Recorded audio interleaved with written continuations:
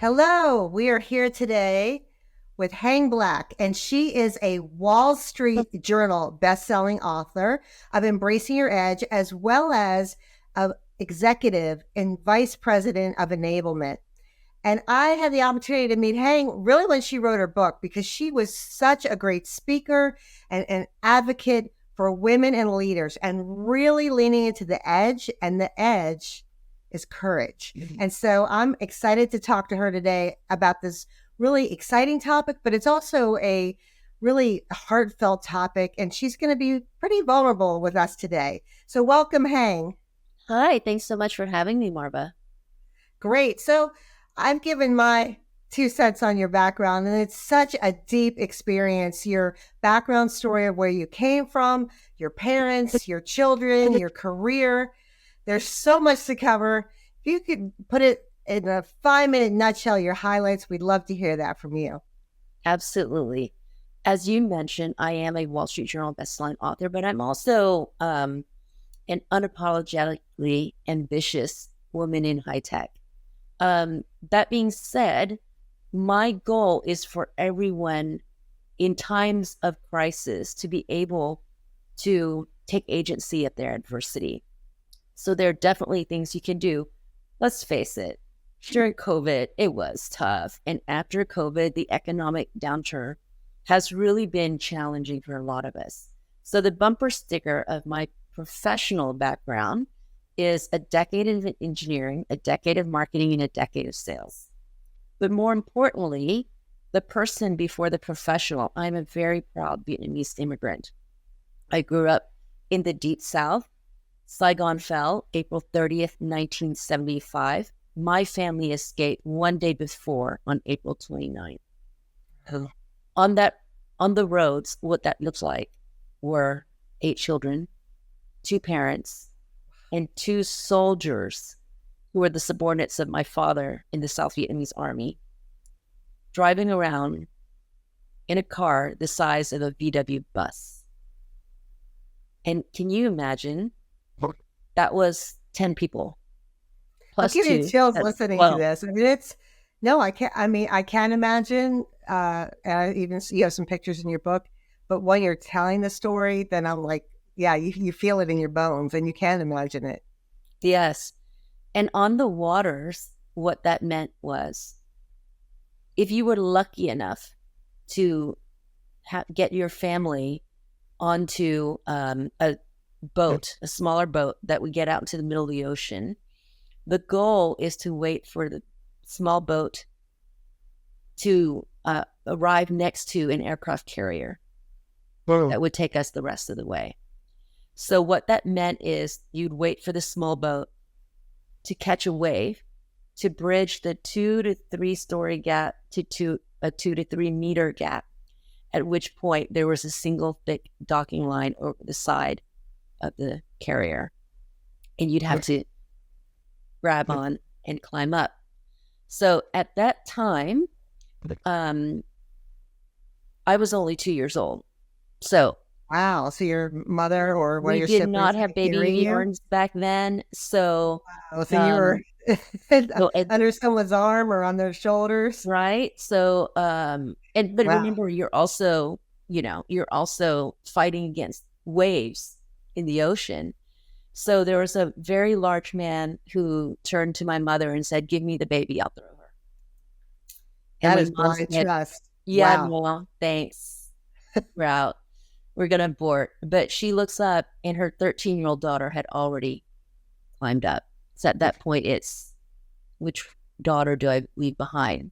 So she turns to the man and hands me over and throws me to yet another stranger on the carrier who caught me by one chubby little hand.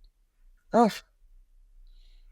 Can you wow. imagine your own family, what that would feel like to leave your country in your mid 40s, to leave your country, language, and everything behind to give your family a better life?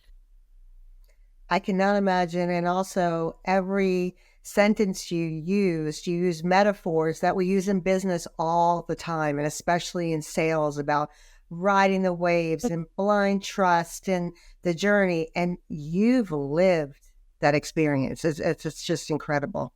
Yeah. And, you know, I was 2 years old, so I didn't remember it necessarily, but these are stories that you hear around the table. But what I did, my true lived experience was that we were sponsored.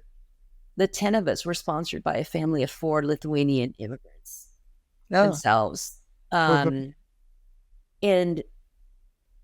a couple years ago, I went back to visit my sponsor for his 90th birthday. And I asked him, what gave you the courage to sponsor a family of 10 people? And he said, well, when I went to the refugee camp, they gave me a list of single men because that would be easier. And I asked them for the largest. and you can put them to work too. I mean, they might Yes. And to work their, and business. he said, you know, give me the largest family that nobody wants. So I'm really grateful to those who pick up the discarded. So, you know, then growing up, I was an Asian girl growing up in the deep South, Louisiana, in arguably one of the most racially charged states in America. But I was loved on all sides. That said, we literally came with nothing on our backs. You can imagine, 10 people in a car the size of a VW bug. We had nothing. But what I want to talk to you about today is navigating in the dark. When you are faced with adversity, here's the good. You have learned to work within the bounds of adversity. Here's the bad. Life is not fair. Stop trying to make it fair. So once we accept that it's not fair, then we can actually realistically do something about it.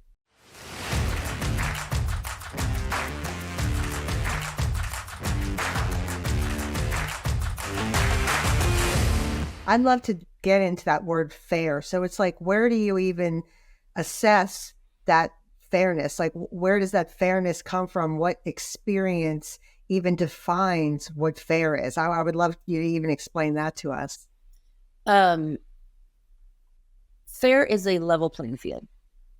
Level playing field. Love that. Right? And so it's not about giving someone who's not as talented a lower bar. It's not that at all. It's to make sure that we're all starting at the same start line with the same accessory. So my analogy is climbing a mountain. Early in career, the base of the mountain is wide. There are many paths up. And as you go up the mountain, you notice that some people have a helicopter to the top. Some people have a jet to the top. Some people have tools and Sherpas you didn't even know existed.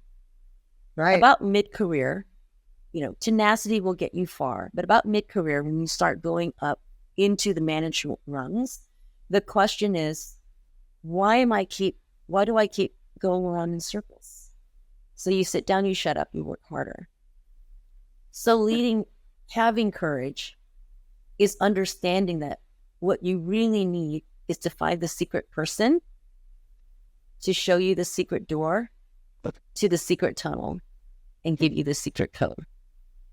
That's so interesting. And is there a way, if it's not secret, what would you say if we could make this actually a skill that we call out and we have leaders teach people? When do you think that's going to happen in our lifetime? So leading with courage, there's a lot of conversation about mentorship and sponsorship. Right. Mentorship's great. It's advice. Okay. You get advice from everyone.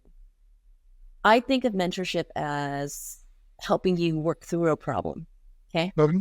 Sponsorship is great because it is helping someone work to a problem. I've mastered this. I can work through this. What is the next challenge I'm going to have? And how are you going to sponsor me? Talk about me when I'm not in the room. Put your name on the line for me. That's great. But leading with courage, if you think about it, both mentorship and sponsorship are both one-to-one relationships. Right. You can only help one person at a time. Right. Leading with courage, I believe we have to have role models and allies at the top. because role models and allies can help create an environment to level the playing field. So role models, think of MLK and JFK. MLK would not have been successful without the allyship of someone in the majority in a position of power. I would argue that JFK would also not have been successful in the civil rights movement if he didn't have MLK as a leader at the top, not at the bottom, to represent the human experience of those who we are trying to help. So as far as leading with courage, I would invite those two populations to come together to develop programs for the individual contributors to help bring them up the ladder into the leadership space. And when we do that, also include them on how we design those programs. As a 30-year immigrant, female, person of color, what have you, I can tell you many of the programs I went through were not helpful because those who were being helped were not part of the original design.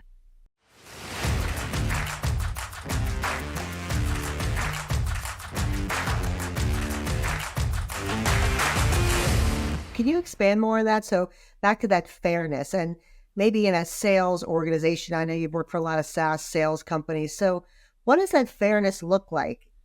Positive, and what does that fairness look like? Areas that need to be improved. Okay.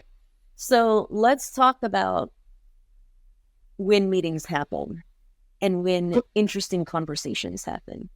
There's a great book by Priya Parker called The Art of Gathering, and it was written during COVID. But essentially, it's when do we have meetings and what do we say and how do we have meetings? And does everybody know and agree?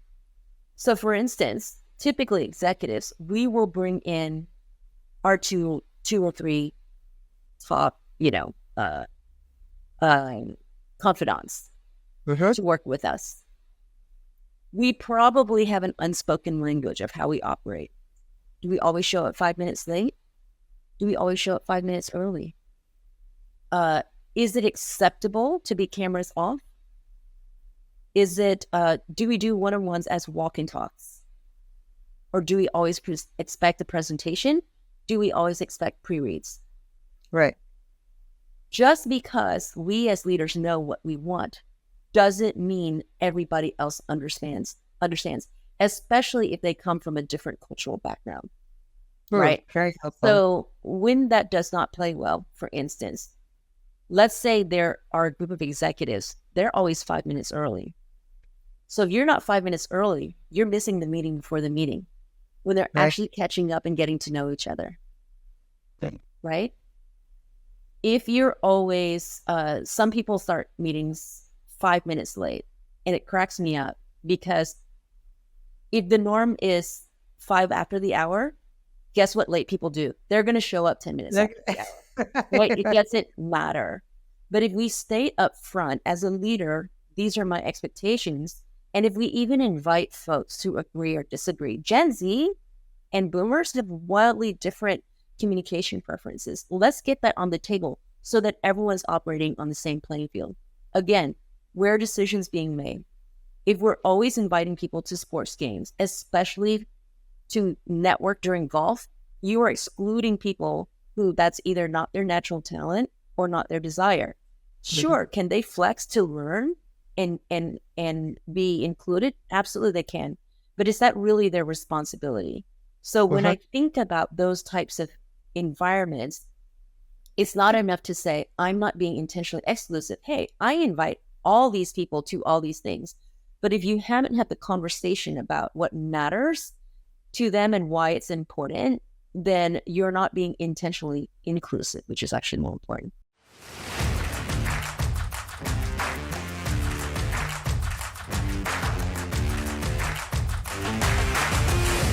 So how would you operationalize? So you've been in a lot of leadership roles that are enablement, and enablement means you're rolling out these programs and skills at scale that are measurable, and you need to see the results. So what does that look like for you, and what would your advice be? I would look at hiring metrics, up and down the ladder. It's not enough to say, we have been bringing in a lot of different talent, but only in the SDR ranks. We have to look at, once we bring talent in, again, at all levels, when we bring them in, do they thrive? Do we have programs to help folks thrive? Mentorship and sponsorship programs, even more important is sponsorship programs. Typically, when I have high potential folks, I will give them a sponsor that's outside of their direct chain of command, because it increases their exposure surface to the executives. So if I look at that, then we'll also look at, thriving means how long do they stay, how many get promoted, are their promotion profiles similar across the board. I would look at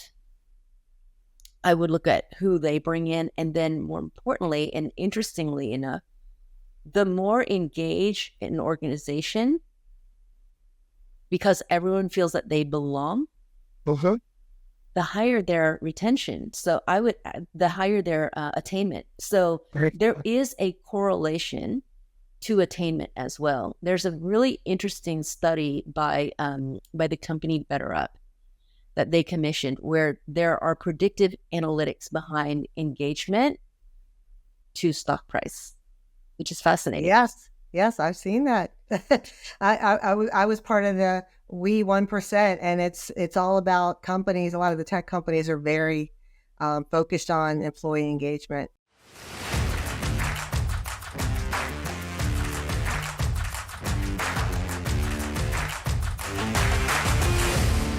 So, but back to the leader or manager employee. So you have a sales team of 200 people. How do you get it in that area? So a lot of the areas you're talking about are broader company, but how would you get that in the sales organization? Because a lot of sales organizations go back to what you said before.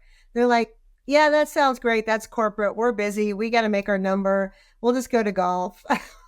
We'll just go to whatever sports game.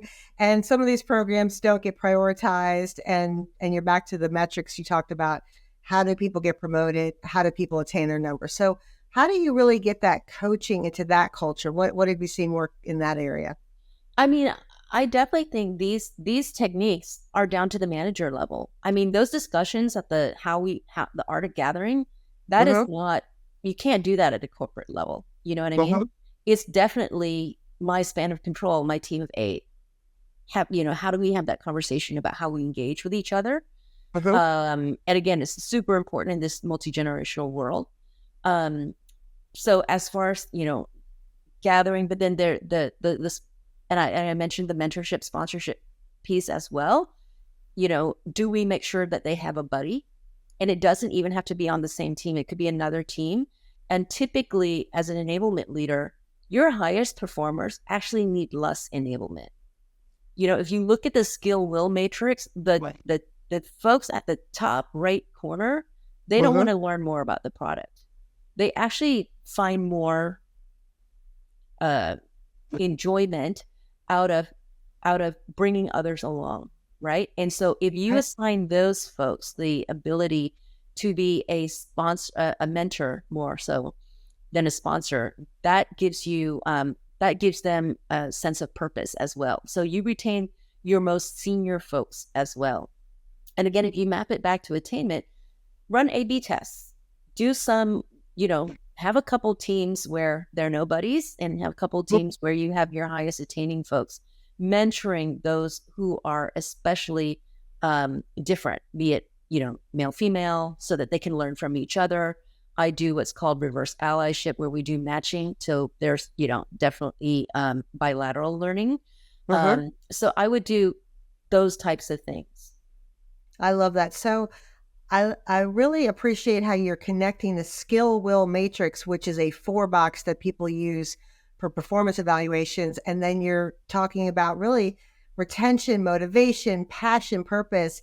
Can you talk more about that connection? Because I don't think a lot of people are making that connection as leaders. Yes. So just for a little bit of background, in case some folks don't know, and for those of us who do, maybe just a quick refresher. the skill will matrix is 4 quadrants, right? Bottom left quadrant, low skill, low will. Those are folks you probably are not a good fit and you need to manage out. On the bottom right quadrant is high skill, low will, right? So those are folks you need to motivate. Then on the top left quadrant is high will, low skill. So that's upskilling. That's classic enablement. And on the top right, high skill, high will, very motivated folks, very engaged folks. What we need to do is make sure they have a sense of purpose. So if we talk about all 4 quadrants, but specifically that top right quadrant, and when we talk about bridging that with leading with courage, here's the question. What drives them? What's their why? Okay. Right. And so I think of it in 3 ways. You cannot have it all at all times, and certainly not without help. Right. So I think of 3 scales. The first scale being significance. What fills your emotional cup? You know, is it to create impact? Or is that low on your priority list? I love that. Be significant, because when you're significant, that doesn't mean the top, and then that could be confused with the person's job. So it doesn't mean being the top revenue attainment. Being significant can mean something completely different. I really like that perspective. Yes. Yeah. And the second scale would be security, right? Talk more about that. Do I just want to own a hut on a beach and sip on some coconuts, or do I want to have multiple homes in multiple countries? So understanding where your security profile in Maslow's hierarchy, where are your needs, and then the third thread is stability. Stability for one personality might be hell for another, right? Because some of us love adventure and some of us just want to sit at home. And that's okay. Right. And the beauty of it is on these 3 spectrums, things, your priorities and your why might change over time. So I would say to check in with yourself. So the next set of skills I would talk about are my 3 R's that I talk about extensively in the book. And it can apply to many things. The first is reflect. Reflect on where you want to be, on where you are today. And where do you sit in those 3 measures of purpose, right? Then I'm going to ask you to recalibrate. Where you are today, is that where you want to go? Are you still happy? If you aren't, then that's okay. Let gratitude drive your attitude. But if you're not happy, do something about it. That's the recalibrate. Understand where you are. How have you slid in each of those 3 scales? And then recalibrate how you spend your time, love, and energy to that reflection of where you want. I love that. And I would start with energy. I always start with energy. That's right. You're a very person who really understands energy, and you have self-awareness. And a lot of people really don't understand that. They don't understand their own energy. They just think it's, did I wake up this morning, I had 6 cups of coffee or 2 cups of coffee. They don't really understand what energy actually really means and the intention behind it. And I know that's a lot of work that you've put a lot of research and thought into. And I love that you mentioned intention, because that's the final skill, is to actually reset. Okay, I reflected on where I want to go. I recalibrate. Okay, this is where I need to spend my budget. This is how I'm going to spend my time. Then the reset is actually doing it. It's really hard. It is really uncomfortable. But that is the difference between designing your destiny and succumbing to it.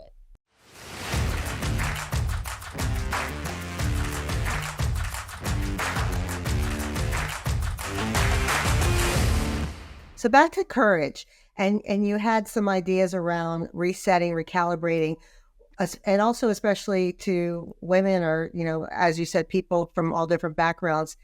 A lot of times they're holding someone else up as their kind of vision of success, and they're always comparing themselves. So what advice would you give to people on how do you recalibrate and how do you envision where you want to go and should you be comparing yourself to others? If you can kind of talk through that, that'd be great.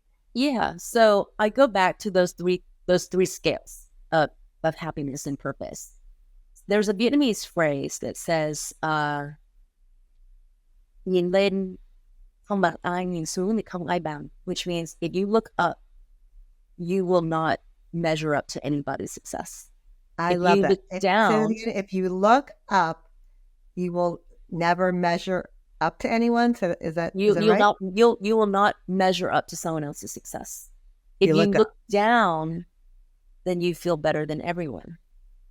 So the goal is to look across, right? And be and sit with where you need to be. And that's why it's so important to look at those three scales. Yes, somebody might be more successful in significance, but they have low stability. I could be a leader of a nonprofit organization, create a lot of impact, but have lower income because I'm making that sacrifice. I chose enablement because I want to be I love teaching, but I like being a business-minded teacher that brings on some money, right?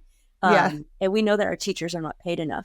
So look at those three scales and say, where do I want to be? So am I comparing myself to people who are at the same level of what their purpose are similar areas? So then I have a whole chapter called Pick Your Poison. And the idea behind Pick Your Poison is there are so many different levels and so many types of toxicity out there. So think of those as different poisons. You can take straight shots of them. You can mix a cocktail of perfection and insecurity and put a cherry on top of guilt. You can make all those cocktails. And let me tell you, I ended up in the emergency room not once, but twice. Oh, And the cocktail I had at 2 a.m. was Maalox mixed with lidocaine. Let me tell you, not so yummy. The thing with poison is that it's stealth. And you can blame toxicity. People will serve you poison all day long, but it's still your choice to ingest it and to be aware of it. ooh, that's a lot. It's a lot to unpack. Yeah.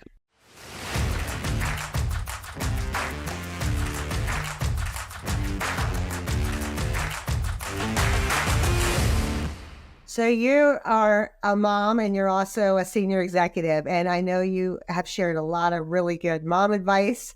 And some of it's pretty bold about the next generational leaders. So what would your advice be to the next generational leaders? Next generational leaders, I will say this. When we talk about leveling the playing field and we talk about, the good, the bad, the ugly is life is not fair. Right? So we need to stop trying to make it fair. We can do the best we can, but we can't expect for it to change overnight. Look at biases, your own and others. So I'll give you a provocative example. Remote work. Right. There are people who refuse to take jobs that are not 100% remote. And that's okay if you're at a point in your career where you're not trying to excel. But unless the entire company is fully remote and you are already in senior ranks enough to where if there are in-person meetings you're invited, there is a thing called proximity bias. And it's just neuroscience. When people are around each other, they're going to have more water cooler conversations. They're going to make decisions around the decisions. So I would say if you're trying to accelerate your career, try to be in an environment where you're with other leadership and leaders who are higher up than you are. So I coach younger, aspiring leaders all the time when they're like, I don't know, I have these two job opportunities. One is sort of lateral, but it's fully remote, which I love. And another one is like 3 days in the office, but it's a great leader who everyone says is amazing and I'll learn a lot from, but I think I'm going to take the 100% remote job. And I want to get promoted 2 years from now. I'm like, okay, not going to happen. Because here's the thing, especially when you're younger and before you have families, when you can take larger risks, and then later on when your kids get older and you can take bigger risks, proximity bias is a thing. You cannot You cannot change the environment to fix that. We are hardwired that way. So that's And what would you think? So you're in California. I'm on the East Coast. I've always lived on the East Coast, Maryland, DC. You know, I live in Atlanta, and also Charleston. And all the companies I worked for were all either. I had two in Boston. They wanted me to move to New Hampshire. I'm not a skier, and I don't really like cold weather. Didn't want to do that. And all the rest were in California.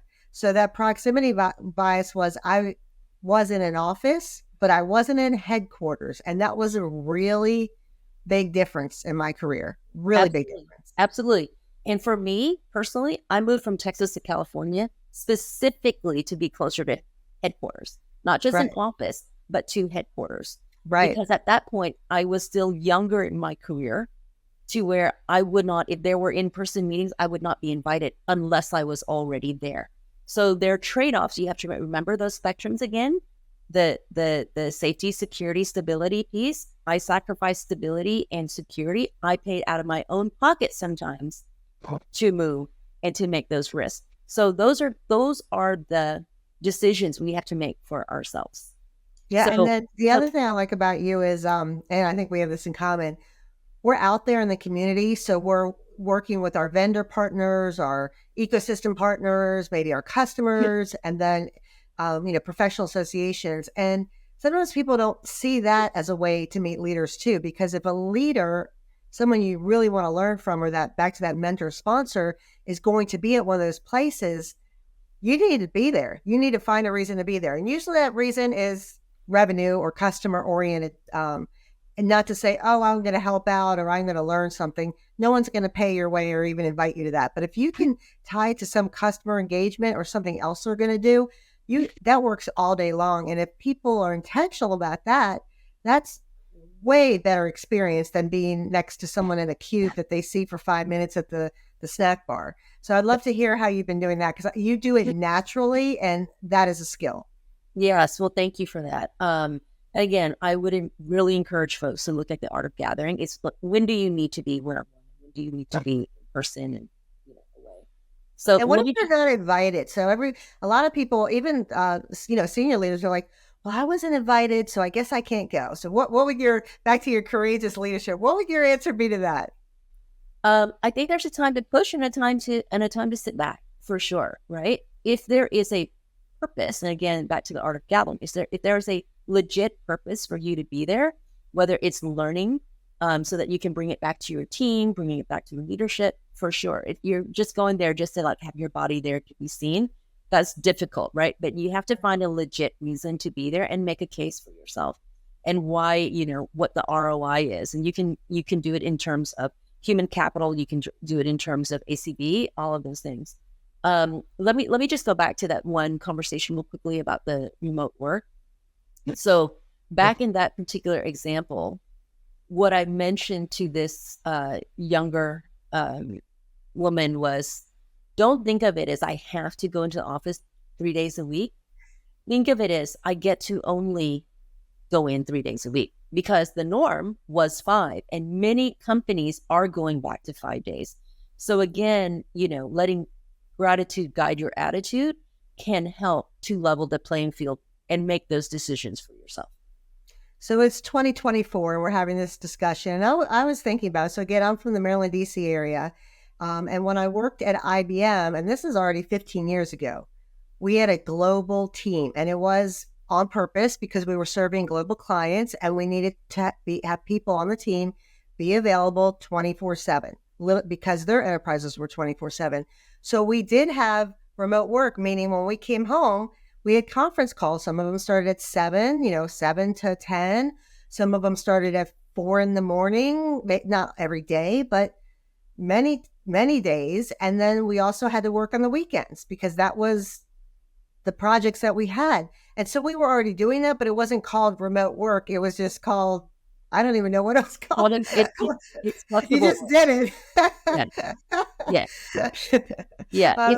And then we had, oh, I got to go pick up my kid, or I got to go do this. I'll get back online. We would always say, I'll get back online after dinner. So we didn't have this title, remote work. So again, it's 2024. We're recording this. So if you're watching this 10 years later, I don't know what it's going to be called, because we've been doing remote work since, so basically since we've had landline phones at someone's house, but I think what's changed is our access to systems. So, I worked on federal government, and you literally couldn't take binders out of the office. But, when we got to now, you could take a computer out of the office, or you could have your cell phone.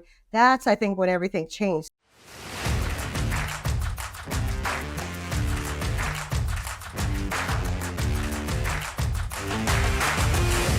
I'd love to hear kind of your vision of the future. Like, what's the vision of the future of the workforce?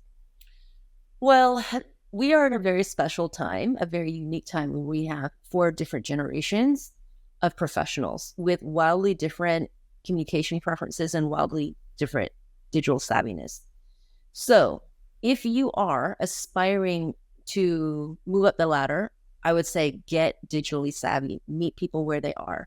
The interesting thing about sales is we expect our SDRs to call as high into organizations as they can, but we don't actually teach them about multi-generational communication preferences, right? Ooh, great point. Because boomers like to talk on the phone. Xers, which I am, will not pick up the phone, but we're reading your voicemail. You still need to call us because we'll read we'll read the I'll read your white paper too. Right? I'll download it. Right? Zs, I see it with my children, but there are studies out there that Zs, their heart actually palpitates when someone picks up the phone because they don't use their phones as phones, right? They use their phones as encyclopedias and to source content. So when we do that, we actually have to use technology. Do the Zs still have to call up into the Xers and Boomers? Absolutely, they do. But we need to teach them why it's different. You can't say, "Hey, bro, hi, fam." You can't use that language. It's too casual for those generations. On the other side of it, if we are lacking in talent, which we are, we can bring people who are entering into retirement but still don't want to retire yet, or parents who are coming back into the workforce. We can leverage older generations to come back into those earlier career roles. So we just need to make sure that we're homing everyone at the right place and teaching them those conversational differences and getting them digitally savvy. Guess what, Xers and Boomers? We got to learn how to use the digital space as well. There are some wonderful tools out there. And, I'm a nerd on the tech stack. There are wonderful tools out there to help you practice in a psychologically safe environment when you're practicing a conversation with a digital avatar, not a real human being. And you can practice as many times as you want before you submit it to your manager. And the reason is people might be embarrassed to submit it 10, 20, 30 times. And by the way, managers only want to grade once if you can get them to do that. So there are tools like AI tools to help grade it. There are AI tools where you can practice with an avatar in a psychologically safe environment. There are tools where you can automatically grade it so that, again, the playing field is level. You're not going to be dinged because this manager has a different preference than that manager. And the third piece is, did you know that it actually takes 30 conversations to perfect a conversation? So say that again, 30 conversations to perfect your message. So if we are not using these digital tools for practice, or, it used to be when we were in office together, we can practice with each other, right? But outside of that, and people are much more, they're less willing to do that.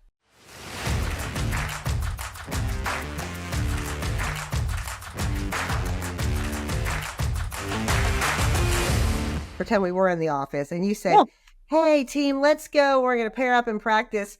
Does that really happen? Or do people say, "This is a waste of time. I need to get on the phone. I need to get my calls in. I need to get my meetings in. Why are we doing this?" Like, how do you encourage people to do this? It depends on the will matrix, right? I always say, enablement should only be compliance in certain areas. Those top right quadrant people, the studies show the more you enable them, the worse they get. So you give them different tasks. If you ask them, "Hey, will you help me? Will you listen to me practice my pitch?" They are all over that. And Right. guess what? Yes. While they're hearing it, they're learning. They're learning something different as Ah, well, right? smart, smart. Love But the that. research also shows that because it takes 30 tries to perfect a conversation, if we are not allowing the people the digital or human space and opportunity to get, you're practicing with your customers. How scary is that? Because most of us don't practice 30 times. No, they And don't that's practice. really alarming. And then how would you tie that in? You're looking at the whole ecosystem of your go to market. So you have marketing and product that's developing the message. Then you're talking about this deep layer of practicing before you actually get to the customer. How often do you see that happen in the customers or the companies you worked for? Right now, that's very bleeding edge. I'm talking to a lot of vendors who they're trying to bring that in, and I advise for a couple of them about, selfishly, I'm advising like, well, this would be really great for me to be able to use as a practitioner and leader in enablement. So we are on. I like to say not the leading edge, but the bleeding edge of it, and that's where your opportunity is. So again, taking agency of adversity, it's hard right now. But those who can do it well, have the tenacity to do it well, are the ones who are going to succeed.